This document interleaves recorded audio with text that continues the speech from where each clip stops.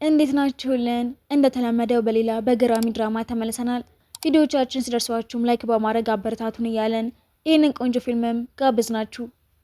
ፊልሙ ሲጀምር ዩጂ የምትባል ልጅ ለምትወደው ለክፍሏ ተቆጣጣሪ የፍቅር ቃሏ ልትነግረው ስትል ክሊረስ ጋር አይታው ታዝናለች። ጓደኞቿ መተበም ዩጂ ሊሞና ተቆጣጣሪው ይወደዳሉ፣ አብረው ወደ ውጭ ሊሄዱ ነው።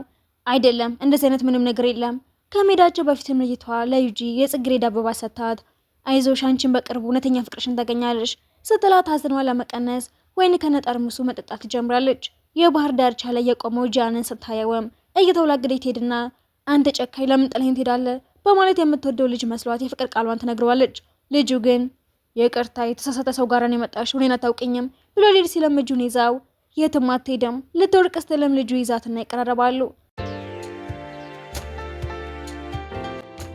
ከአንድ ዓመት በኋላ ሚጂ የምግብ ቪዲዮ አቅራቢ ሆና ይህንን ካልቀመሳችሁት ህይወታችሁ ጎሏል እያለች የሶል ጣፋጭ ሱቅ ምርቶች ለአድናቂዎቿ ታስተዋውቃለች።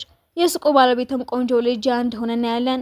በዛው ቀን ሚጂ ወደ ሱቁ መታ ከጨረቃ በታች ያለች ልጅ የተባለውን ጣፋጭ ታየውና ይህንን አስደናቂ ጣፋጭ የሰራው ሼፍ ማን ነው ብላ ትጠይቃቸዋለች። ጃንም ስሟን ሰምቶና ሳያት የባህር ዳርቻዋ ልጅ መሆኗን ስላስታወሰ ደጋሚ መጣችብኝ በምን ስሜት በትኩረት ይመለከታታል።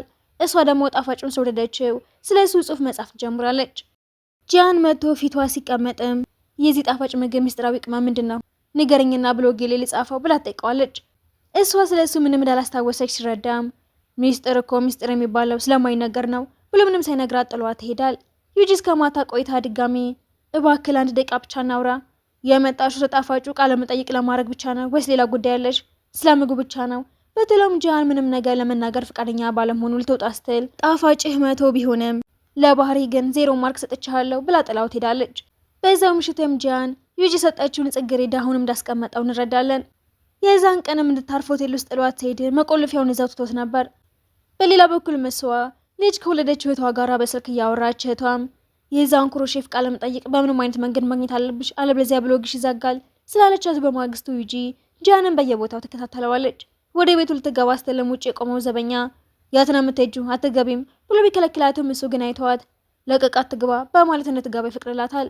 ወደ ውስጥ ከገባች በኋላም ጃን ለምንድነው እንደ መርማሪ ፖሊስ በየቦታው የምትከተኝ በእጁ ያለውን ወረቀት ነጥቆ ለባህሪው 0 ማርክ የሰጣችበትን የሚያል እሱም እየሳቀ በአሁኑ ገበያ የ5 ስታር ግምት ያገኘሁት ለእኔ 0 ማርክ የአንቺ ግምገማ በጣም የተሳሳተ ነው ዩጂ ወረቀቱን ለመቀማት 9 ማርኬን ብትልም ሰጣት ይዞት ይሄዳል። ማታ ላይም በኢንተርኔት ፈልጋ የድሪም ሚዲያ ድርጅት ዋና ስራ አስፈጻሚ ያኦ የጃን እህት መሆኗን ትደርስበታለች። በማግስቱም የጃንን ቃለ መጠይቅ ለማግኘት ፍቃድ ለመጠየቅ ወደ እሷ ጋር ትሄዳለች።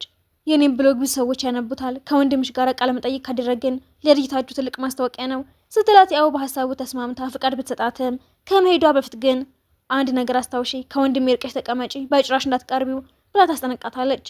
በሌላ በኩል በድሪም ሚዲያ ውስጥ የሚሰራው ሊ ጋራ ጃን ጣፋጭ ዞለት ይመጣና ልየሳቀም እህትህ እንዳትጨነቅ አንድ ጥሩ ሴት ፈልግና ግባ እኔም ያን እህትህን በነፃነት ማፍቀር እችላለሁ ስለው ጃን ግን አሁን ላይ ለፍቅር ግንኙነትና ለጭቅጭቅ ዝግጁ አይደለሁም። በዛው ቀን ሚጂ ያየውን የፍቃድ ወረቀት ይዛ ድጋሜ እሱ ጋር ስትሄድ በየቀን ወደ ሱቁ ትመጣ ስለነበረ የሱቁ ሰራተኞች የሷን የጃንን ጉዳይ ጠርጥረው ይህች ልጅ የሺ ፍቅረኛ ማሳቱን አትቀርም በማለት እርስ በርስ ማማት ጀምራሉ። አንደኛውም እስኪ ለመሆኑ ከሱ ጋር ስንት ቀን ትቆያለች እያሉ አንደኛው ደግሞ 2 ቀን አንዱም 3 ቀን ሌላኛው ደግሞ 1 ወር እያሉ ይወረድባታል።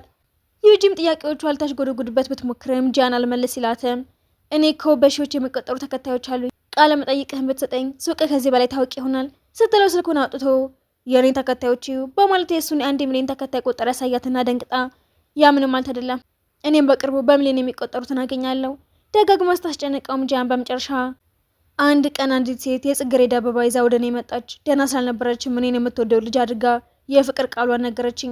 በዚያን ጊዜ እኔ በህይወቴ ላይ ተስፋ ቆርጬ ነበር። ያቺ ልጅ ግን ድጋሜ በህይወት እንድኖር ተስፋ ሰጠችኝ በማለት ታሪኩን ይነግራታል። ማታ ላይ ዩጂ ታሪኩን ስታስበው ልክ እንደ ራሷ ታሪክ ሆኖ ይሰማታል። ወዲያኑ ታሪኩን በጽሁፍ አዘጋጅታ ብሎጓ ላይ ትጭነዋለች። ያ ጽሁፍ እንደተለቀቀም በአንድ ቀን ውስጥ ተከታዮቿ በከፍተኛ ሁኔታ ይጨምራሉ። በማግስቱ የሚያው ባዘጋጀችው ስብሰባ ላይ ዩጂ የጻፈችው ታሪክ በአንባቢው ዘንድ በጣም ተወዷል። የታሪኩ ቀጣይ ክፍል አለ አየለም ይላትና የራሷ ታሪክን የረሳችው ዩጂ እኔ አንድ ሀሳብ አለኝ ይሄ ታሪክ የተፈጸመበት የባህር ዳርቻ ቦታ ሄጄ ካጠናሁት የበለጠ መጻፍ እችላለሁ ትልና ቦታው በጣም ሩቅ ስለነበረ ዩጂ እዛ በሚገኝ አንድ ሆቴል ውስጥ ለማደር ወስና ብትሄድም ባዶ ክፍል ተጣለች። ጃን ከኋላዋ መጥቶም የኔን ክፍሉ ሰጂው። እሷም ወደ ክፍሉ ስትሄድም ቦርሳዋን ይዞ ወደ ክፍሉ ያደርሳታል። ስልኳን ተቀብሎም አንድ ነገር ከፈለግሽ ደውይልኝ። ውሃ ተጠጣ እያየን በትኩረት ይመለከታታል። ከ2 ሰዓታት በኋላ ባህር ዳርቻው ላይ እንገናኝ። ማታ ላይ ዩጂ ወደዛ ስትሄድም ጃን አንድ የጽጌረዳ አበባ ይስጣትና ይህንን አበባ ባሸተትኩት ቁጥር የድሮ ትዝታዬ ይመለሳል፣ አንቺም እስኪያሽቺው። ዩጂ አበባውን ስታሸተው ከ1 ዓመት በፊት የተፈጠረው ትዝ ይላትና ያን የቀረበችው ልጅ ጃን መሆኑን ትረዳለች። አፍራ ወደ ሆቴል ውስጥ ተመለስም ጃን ያስታወሽው ነገር አለ እንዴ ቢላትም እሷ ግን አይ ምንም አላስታውስኩም ብላ ክፍሏ ገብታ በውስጧም ጃን እኮ በደንብ እንኳን አያናግረኝም፣ ታዲያ እንዴት ለእኔ ብሎ ከጨረቃ በታች ያለች ልጅ የሚለውን ኬክ ሊሰራልኝ ይችላል ብላ ግራ ትጋባለች። በሌላ በኩል ጃን በመኪና እየተመለሰ ያለ ይበላሽበትና እዛው ዝናብ መዝነብም ጀምሯል። ዩጂ ስለሱ ተጨንቃ በስልክ ስትደውልለት ከመንደሩ ውጪ ክፍል ለመፈለግ እየሞከርኩ ነበር፣ አሁን ግን መኪና የተበላሸ ብሏት በድንገት ስልኩ ሲጣፋ ስላስጨነቃት ልትረዳው ትሄድና መኪናው ጋር ስትደርስም መምጣቷን ሲያቅ የተኛ ያስመስላል። በዝናቡ ምክንያትም መመለስ ላልቻሉ ሁለቱም እስከ ጠዋት ድረስ ለመቆየት ይገደዳሉ። ዩጂም ያኔ ደህና ሳልሆን የተናገርኩት ነገር ሁሉ ይቅርታ አድርግልኝ፣ ከእንግዲህ በፍጹም አልጠጣም፣ ይህንን የአንገት ሀብል የሰጠኸኝ አንተ ነህ።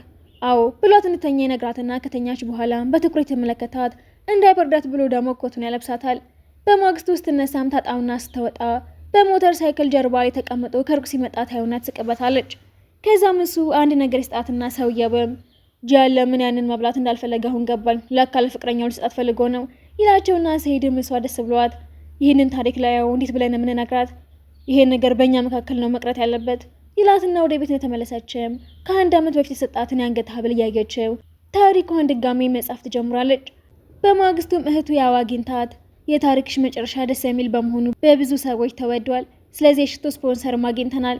ዩጂና ጃንም ከኤርፖርት ተደውሎላቸው ይደርሱና የእሷት ልጅ ያንግን ያገኙታል። ከዛም ትንሹ ያንግ እሱን የክርስትና አባቴ ብሎ ስጠራው እሷን ደግሞ አክስቴ ይላታል። ትንሹ ያንግን በምግብ አባብላ ልትወስደው ብትሞክርም አባቴ እሱን እንጠብቀው ነግሮኛል በማለት ከጃን ጋር መሄድ እንደሚፈልግ ይናገራል። በዚህ መሀልም ሁለቱም የጃን ወንድም የዩጂ አማች መሆኑን ደርሱበታል። ሁለቱ ተቀምጠው ምሷ ትንሹን አብሯት እንዲሄድ ብትጠይቀውም ከአንቺ ጋር መቆየት አልችልም፣ ነገር ግን አንቺ መተሽ በክርስትና አባቴ ቤት መኖር ትችያለሽ ይላትና ተናዳም እሱ ወንድ ነው እኔ ደግሞ ሴት ነኝ፣ ስለዚህ እዛ መኖር አልችልም፣ ግን አንተ ለመጠየቅ እመጣለሁ ትልባለች። ከዛም እሱ ትንሹን ወደ ሱቅ ይወስደውና ሁሉም ይወዱታል።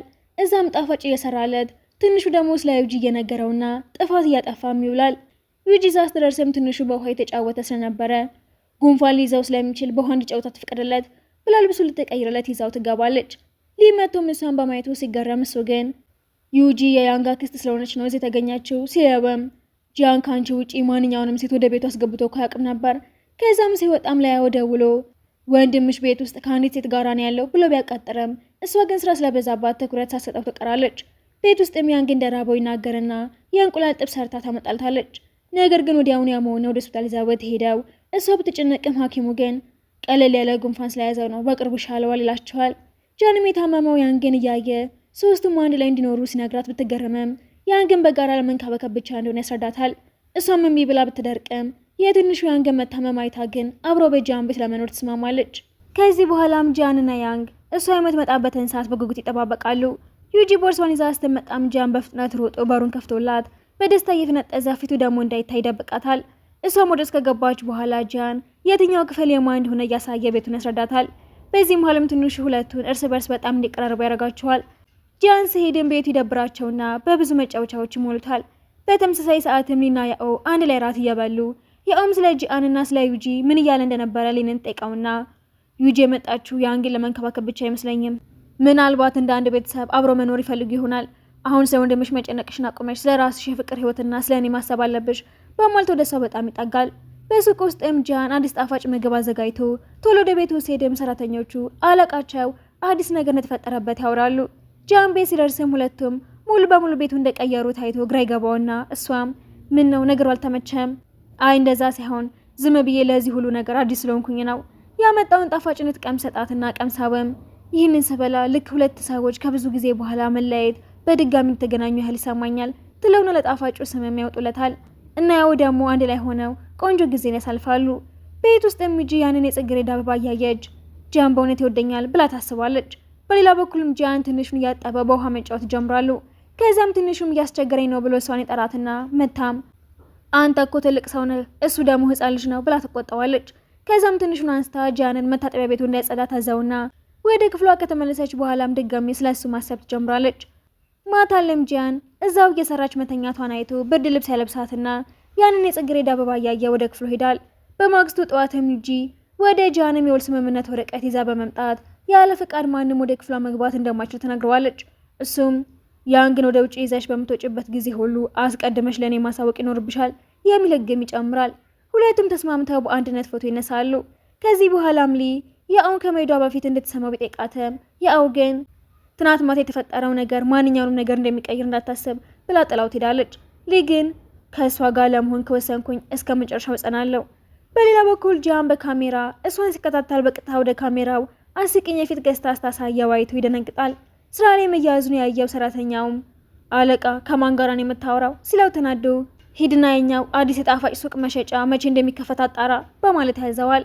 ቤት ውስጥ የሚያውለው ዩጂ ወንድም ያንግን እንደ ሰበብ በመጠቀም አንቺ ወደዚህ ያመጣሽ ራሱ ነው ትላታለች። ከዛም ያንግን የክርስትና አባትን ወደ አጎትነትን ቀይረው እንዴ ስትለው ያንግም አክስቴ ከሱ ጋር አንድ ላይ ሆኑ። ከዛ ደግሞ ጂያን ለሷ ደውሎ የጣፋጭ አዘገጃጀት ማስታወሻ ደብተሩን እንድታመጣለት ይጠይቃታል። ዩጂ ደብተሩን ይዛ ስትሄድ በአጋጣሚ ወድቆባት የጂያንን አዳዲስ ምርጥ ሀሳቦችን ትመለከታቸዋለች። ሱቁ ጋር ስትደርስም ደብተሩ ለሰራተኛው ስታ ትመልሳለች። በዚህ መሀልም ሊ ወደ ያኦ ቢሮ መጥቶም አብራውራት እንድትበላ በግድ ይዘዋት ይወጣል። በዛው ምሽትም ዩጂ ከእህቷ እሱን ብታገቢ ይሻላል የሚል መልእክት ሲደርሳት ስለ ነገሩ አስበበታለሁ ብላ ትመልሳለች። በሌላ በኩል የያንግ ወንድም የካሜራውን የይለፍ ቃል ቢጠይቀውም ጂያን ግን ፍቃደኛ ሳይሆን ይቀራል። በማግስቱም አዲሱ ሱቅ የእነሱን ተመሳሳይ ጣፋጭ አስቀድመው በመስራቱ የጣፋጭ አሰራር ምስጢራቸው እንደተሰራጨ ይደርሱበታል። ሰራተኛው ቢንም እሷን ደብተሩን ለማድረስ የመጣሽው አንቺ ነሽ፣ ምስጢሩን አሳልፈሽ የሰጠሽው አንቺ ነሽ ብሎ ይከሳትና ጂያን ግን ያለምንም ማስረጃ ሰው መክሰስ የለብንም። ዩጂን በክሱ አዝና ሱቁን ጥላ ትወጣለች። ትንሹም ለጂያን አባቴ ሁሉ ጊዜ እናቴን ይቅርታ እንደሚጠይቃት አንተም ሄደህ ይቅርታ ልጠይቃት ይገባል ይለውና እሱ ምክር ሰምቶ በዝናብ ውስጥ ተከትሏት ሲወጣ ንጽህናዬን ካላረጋገጥኩኝ ድረስ ወደዚህ ቤት አልመጣም። ሊከተላት ሲሞክርም ከጀርባ የትምጣ ትለውና ይህ ንግግር ያለፈው ታሪኩን አስታውሶት ልቡ ይጎዳል። በማግስቱም ጂያን ትንሹ ያንግን ለሊ ጥሎት እንደሚሄድ ይነግረውና ዩጂ መቼን የምትመለሰው እኔም አላውቅም ስለው ሰራተኞቹም ይከፋቸዋል። በሌላ በኩል ዩጂ ታሪክ እውነት ራሷ ለማጣራት ትወስናለች። ማታ ላይ የሚያንግሷን ምግብ ስለፈለገ ሊደውልላት ቢሞክረውም ሳታነሳ ትቀራለች። ያው መታም ዩጂ ወደ ስራ እንዳልመጣች ስትናገር ጂያን ተጨንቆ በፍጥነት ወደ ቤቱ ሄዳል። ከፍተኛ ትኩሳት ስላላትም ሾርባ ሰጥቶ ያጠጣታል።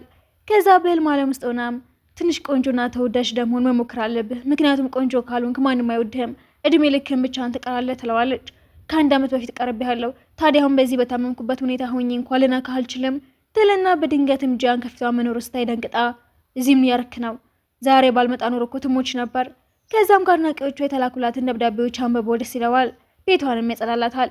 በማግስቱም ደህና ስትሆን መረጃ ለማግኘት ወደ አዲሱ ሱቅ ትሄድና የጂያን ሰራተኞች ይህንን አይተው ለጂያን ይነግሩታል። ቢንም ራሱ መረጃውን ስላወጣ እንዳይታወቅበት ዩጂ ጣፋጭ አሰራራችንን አሳልፋ ሰጥታለች ብዬ አስቀድሜ ነግሬሃለሁ ይለውና እሱም ወደዚያው ይሄዳል። እሷ ደግሞ ሱቅ ውስጥ ሞቹ የሚባል ሰው አግኝታ ማውራት ይጀምራሉ። በመንገድ ላይ ደግሞ ጂያን ከሞቹ እህት ጋር ተጋጭቶ ቡና ይፈስባትና እሱም እዚህ አካባቢ ሶል የተባለ ሱቅ አለ፣ እዛ ሄደሽ ቢን የተባለውን ሰራተኛ ጠይቂው ለደረሰው ጉዳት ይከፍልሻል ቢላትም እሷ ግን ልትዋሽ ትችላለህ፣ ስልክ ቁጥርን ስጠኝ። እሱም ቁጥሩን ሰጥቶ በፍጥነት አዲሱ ሱቅ ይደርስና ዩጂና ሞቹን አንድ ላይ በማየቱ በቅናት ተሞልቶ ከሷ አጠገብ ይቀመጣል። ፍቅረኛው እንደሆነች በማስመሰልም ሊወጡ ሲሉ አብረሽኝ መምጣት አለብሽ፣ ለልጃችን ያንግ ምግብ መስራት ይኖርብሻል። ይህንን የሰማችው የሞቹ እህትም ጂያን ያገባ ሰሞኑን ሳልጠበቅ ትደነግጣለች። እነሱ ጥሏቸው ከሄዱ በኋላ ሞቹ ለእህቱ ባለ ትዳር የሆኑ ግን አይመስለኝም። ውጭ ላይ እነ ጂያን ያወሩና ለቴድ ስትልም እጇን ይዞ ይስባትና ያንግ በጣም ናፍቀሽኛል እያለ ነው። ከዛም ትንሹን ለማግኘት ሱቅ ስትሄደም እባክሽ መተሽ እኛ ጋር አደሪ ቢላትም እሷ ግን በአሁን ጊዜ ብዙ ስራ ስላለብኝ እዛ መኖር አልችልም፣ ግን አንተ ለመጠየቅ እመጣለሁ። ለቴድ ስትልም ትንሹ ሂድና ክስቴን አናግራት ቢሎም ጂያን ግን በሰላም ሂጂ ብቻ ይላታል። በሌላ በኩል የኦን አብረው እንዲበሉ ቢጠይቃትም እምቢ ስለምትለው እንድታዝንላት ብሎ ሆዴን በጣም አሞኛል በማለት ምክንያት ይፈጥራል። በሌላ በኩል ጂያን ሴቶች እንዴት መማረክ ይቻላል ብሎ በስልኩ ቢፈልግም መፍትሄ ሳያገኝ ይቀራል። ከዛም ለዩጂ ያንግ እያለቀሰና የናፈቃትን ቪዲዮ ልኮ ነገ ያንግን ለማግኘት ወደ ሶል ሱቅ ነይ ሲላት በማግስቱ ዩጂ መታ ጣፋጭ ምግብ አብረው እየሰሩ ሲዝናኑ ከቆዩ በኋላም ያንግን ብቻ መቆጣጠር ሳልቻልኩኝ እባክሽ ወደ ቤት ተመለሺ ይላትና ትንሹም እባክሽ አክስቴ ተመለሺ ሲላት ስማማና ሁሉም አንድ ላይ ፎቶ ይነሳሉ። ቤት ውስጥ ዩጂ ከፍሪጅ ውሃ ስትጠጣ እሱን ከጀርባ አይታ ትደነግጣለች። ማታ ላይም ለጂያን ወንድሙ ይደውለትና የካሜራውን የለፍ ቃል መስጠት ካልቻልክ ቢያንስ የአንግን አንዳንድ ፎቶዎች ይላከልኝ። ስለሁለት ፎቶውን ሳይም ዩጂን አይቶ እሷ እንደምትወዳት ደግሞ አውቃለሁ።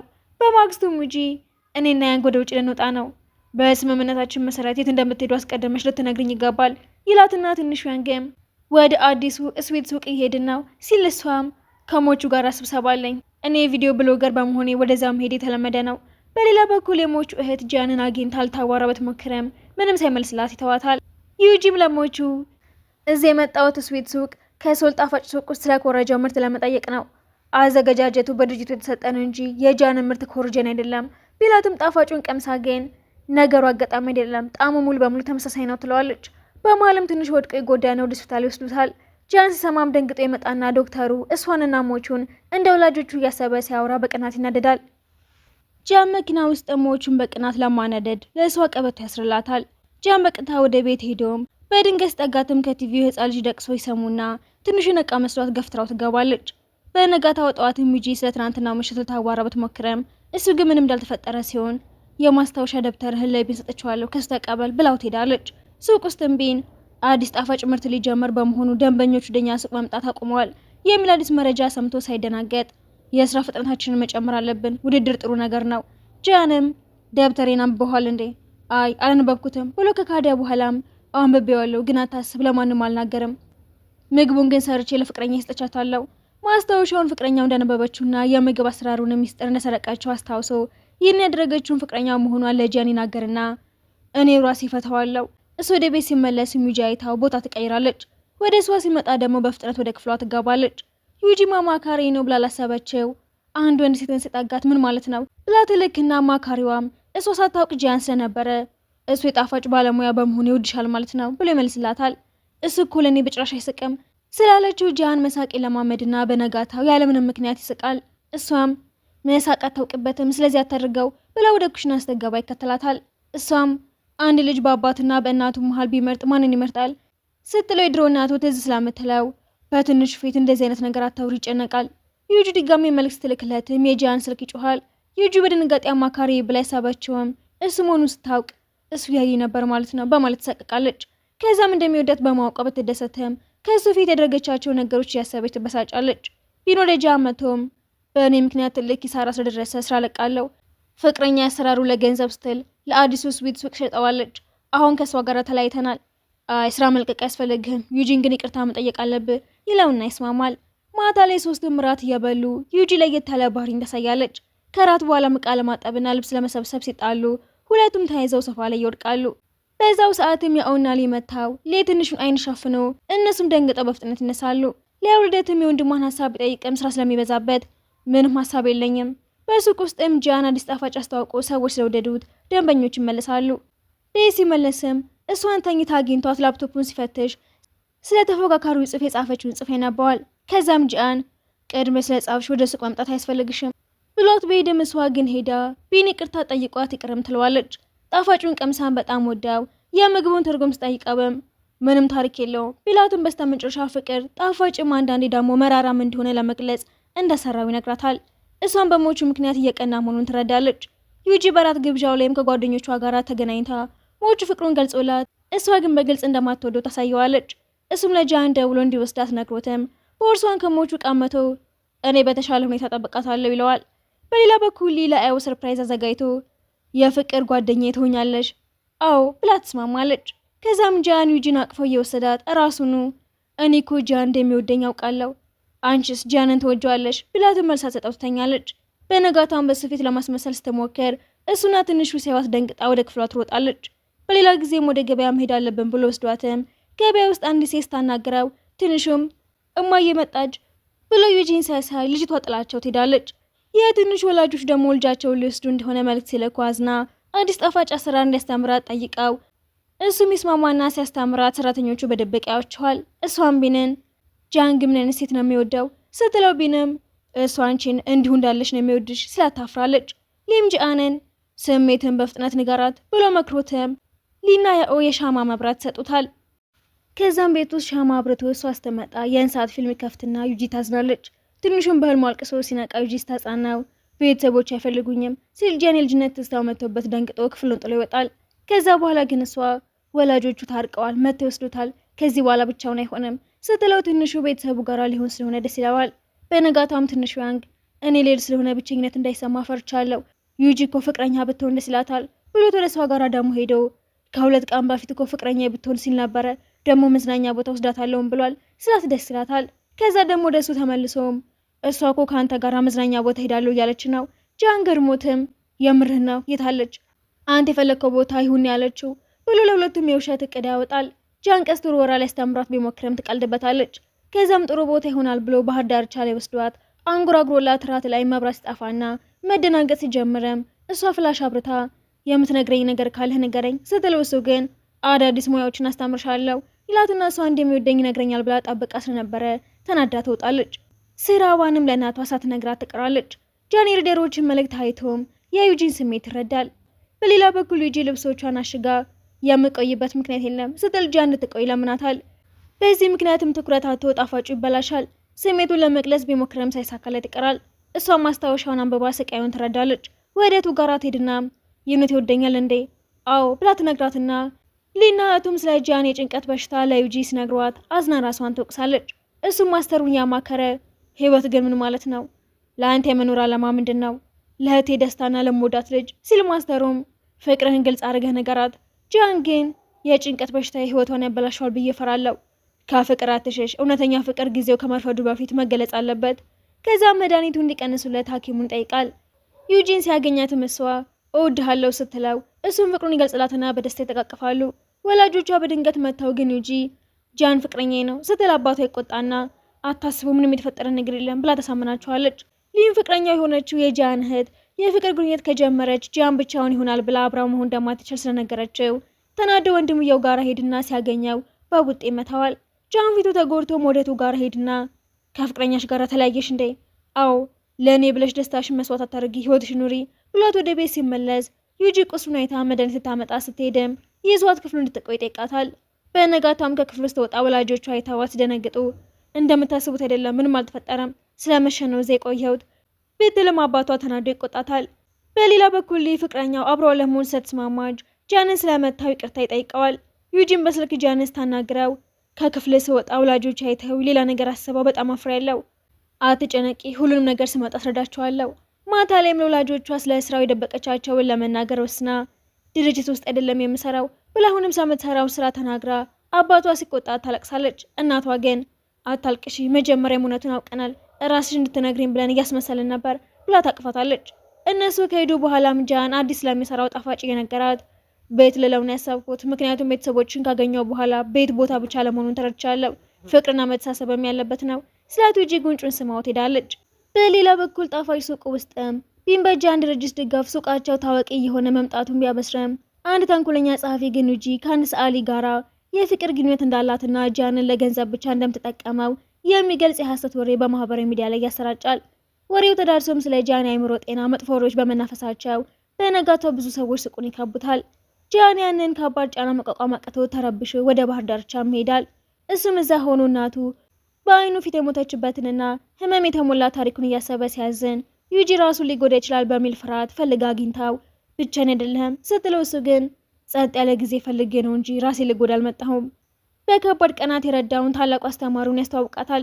ከዚያም ያንን የሐሰት ወሬ የሚያሰራጨውን ተጽዕኖ ፈጣሪ በሆስፒታል የተኛችው ልጁ እባክህ ጣፋጩን ሱቅ ስም አታጥፋ፣ ምግባቸውን እወደዋለሁ ያለችውን ቪዲዮ ያሳዩትና ተጸጽቶም ለጃን በይፋ ይቅርታ ለመጠየቅ ይስማማል።